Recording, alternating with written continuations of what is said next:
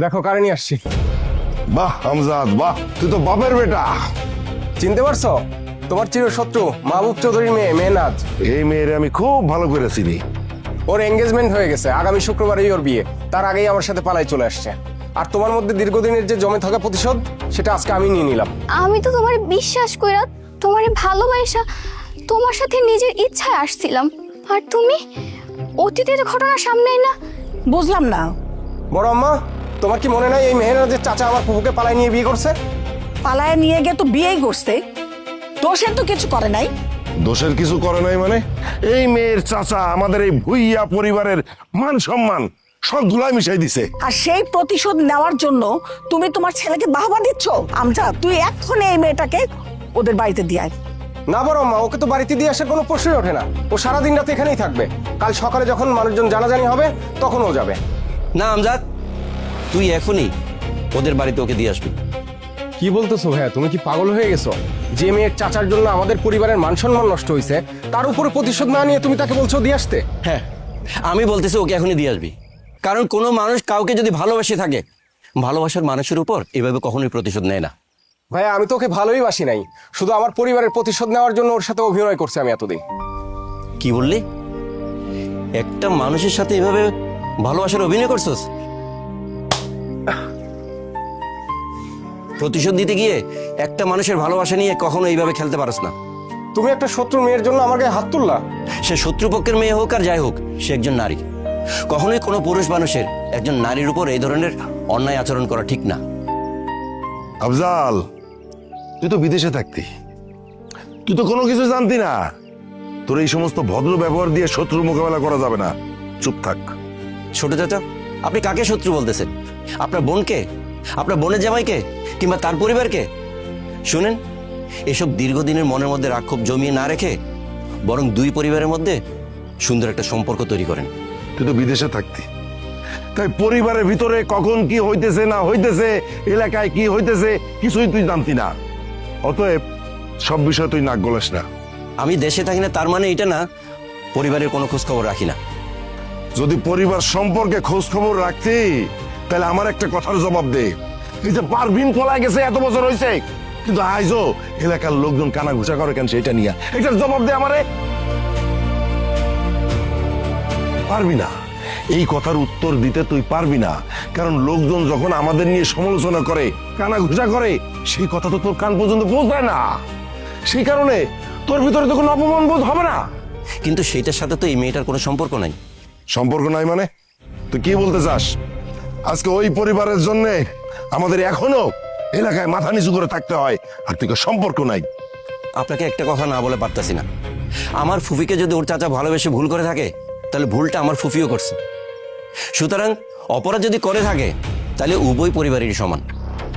আমি চাই না এই মেয়েটা কোনো কষ্ট পাক, তাই এখনই আমি ওকে ওদের বাড়িতে দিয়ে আসবো।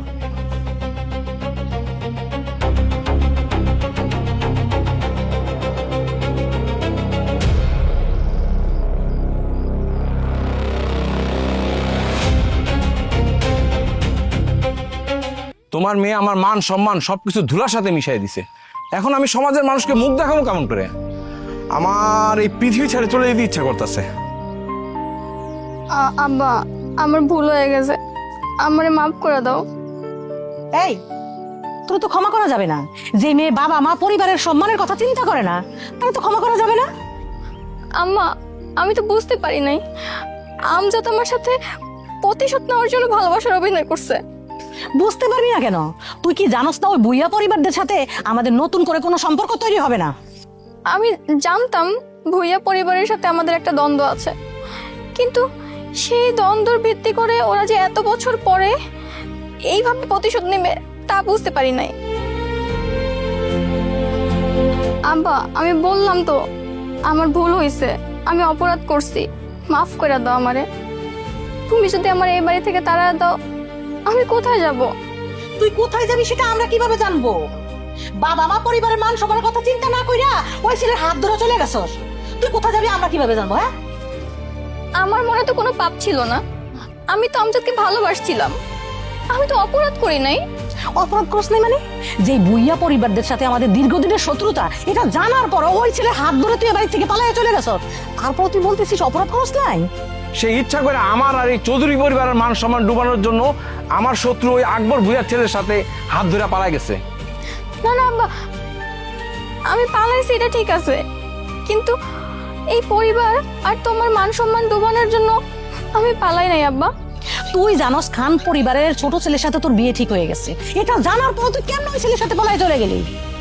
কিন্তু আম্মা, আমি তো আমজাদকে ভালোবাসছিলাম, আর এই ভালোবাসার জন্যই তো আমজাদের ফুপু আর আমার চাচা পালায়া বিয়ে করছিল। তোমার মেয়ের কথা শুনছো? সে যে অপরাধ করছে এই কথা স্বীকার করলেও তার মধ্যে তো কোনো অনুশোচনা নাই। সে তার ভালোবাসার গল্পই আমাদের শোনাইতেছে। তোর কারণে শত্রুপক্ষ আমাদের উপরে প্রতিশোধ নেওয়ার সুযোগ পাইছে, আর তুই এখন পর্যন্ত ভালোবাসার কিচ্ছা কাহিনী শুনাইতেছস? এই তোর কি লজ্জা করে না? ওকে এসব কথা বলে লাভ হবে না শালা বানু, আমারই অন্য ব্যবস্থা নিতে হবে।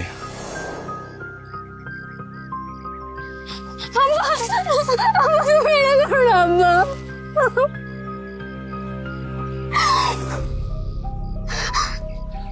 তোকে ছোট থেকে অনেক আদর যত্ন করে কোলে পিঠে করে বড় করছি, আমি কখনো কল্পনাও করতে পারি নাই তোর জন্য আজকে এমন একটা কাজ আমার করতে হবে।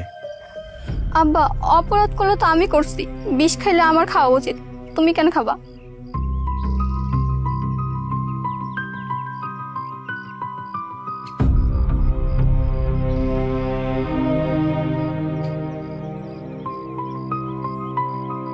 তোর মতো সন্তান আমার চাই না। কি করতেছিস এগুলো? তুই কি পাগল হয়ে গেছিস? আর আব্বা, মেহনাত যদি বিষ খেয়ে মারাও যায়, তোমার কি মান সম্মান ফেরত আসবে? সবকিছু সমাধান হয়ে যাবে? মান সম্মান ফেরত না আসলেও সমস্যার সমাধান হবে। ওর মতো মেয়ের মরে যাওয়াই উচিত। কি বলতেছে এসব? শাস্তি যদি দিতেই হয় তাহলে ওই শয়তান আমজাদকে দাও, নিজের মেয়েকে কেন শাস্তি দিচ্ছ? কারণ আমাদের কাছে আমজাদের চেয়ে তোর ছোট বোনই অপরাধী, তাহলে শাস্তি তো ওরই দিতে হইব।